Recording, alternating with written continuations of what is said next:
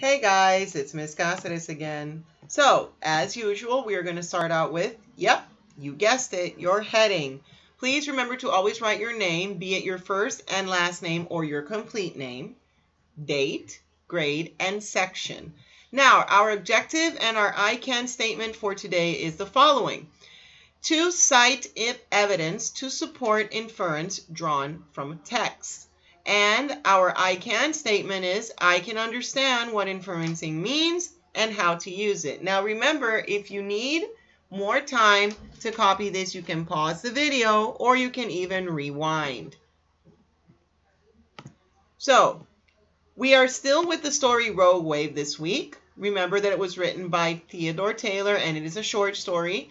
Remember that our essential question is what helps people rise up to face difficulties. That is going to be very important at the end of the story.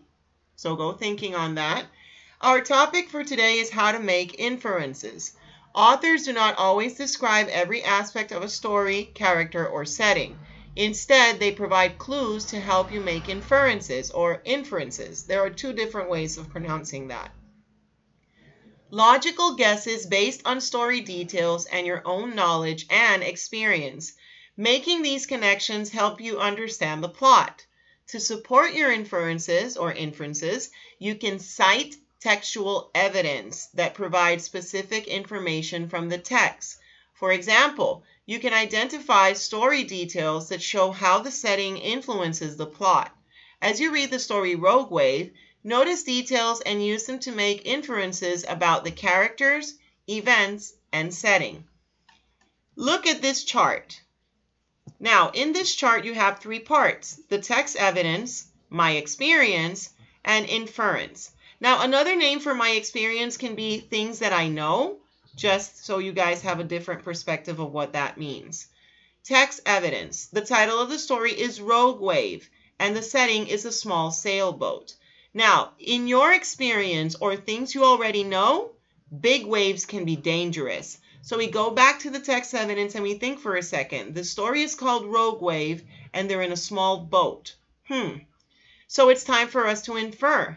The characters may be in danger on their small boat. And see, this word is very key, everyone, may be, because you're making an inference based on information that was given to you beforehand and in your logical thinking or things you already know. So that's why it's called inferring, because we're taking kind of like a guess based on information that was given to us to try to understand what might happen. So I thought that a video could help us better understand what making inferences is. So we are going to watch this video now on making inferences. When we read a text, sometimes we need to guess what a writer really wants to say. Therefore, we need to make an inference or inference. In this session, we will learn more about making inferences. Now, take a look at this picture. Do you see a man or a woman?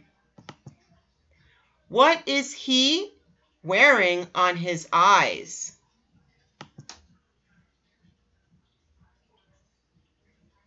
What is he carrying? So, what do you think his job is, or what is he?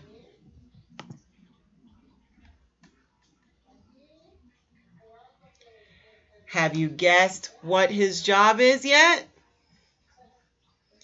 If yes, you have just made an inference using a picture.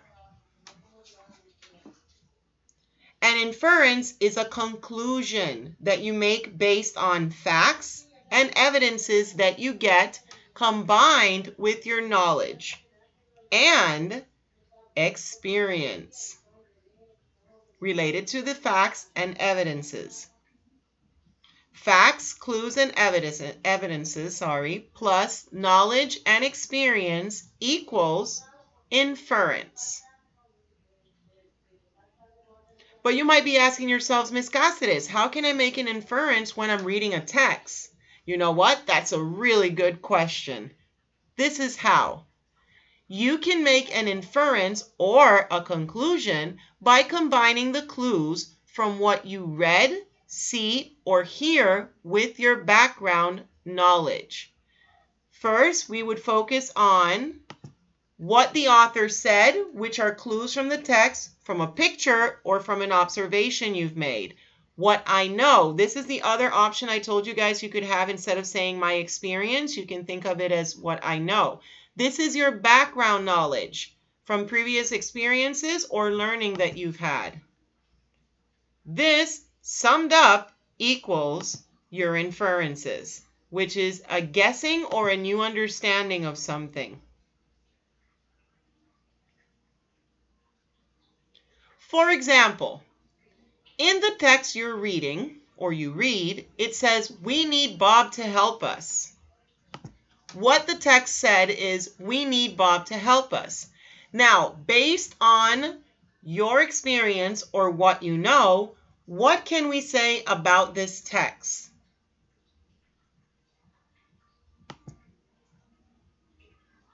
That's right. What we can say about this text based on what we know is, we need someone to help us if we are in trouble. Now, putting these two things together, our inference would be, we are in trouble. So again, we focused on the text itself. Then we based on our knowledge, our experience, what we know. And that gave us an inference as a conclusion.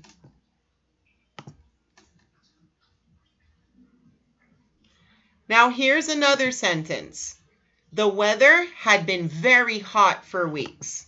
So, what can you infer from that sentence? What the text said, the weather had been very hot for weeks.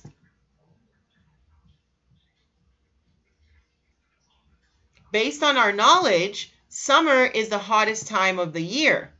So, what are we going to infer in the end? Your inference should be, it is summer. Practice. In your opinion, what would these people probably be doing next? Sentence number 1, Jane took out a bottle of cold water from the refrigerator. Sentence number 2, John took out some money from the pocket. And number 3, Jeremy came to the stage and took the guitar and the microphone. So I want you guys to jot these down, come up with your answers, and when we're in class, we're going to share them. Or if you'd like, you can send them to me through an email or upload them to Google Classroom. So I hope making inferences or inference has been cleared or clarified for you guys. Now, I also want you guys to focus on your critical vocabulary. This is very different from the vocabulary you've seen before for the academic vocabulary and what we've done in the word network. In your textbook, you're going to find the critical vocabulary and you're going to fill in these boxes. Again, something we will discuss in our next class. Okay, guys, well, that's it for me today. I hope you enjoyed the class. Have a nice day. Bye.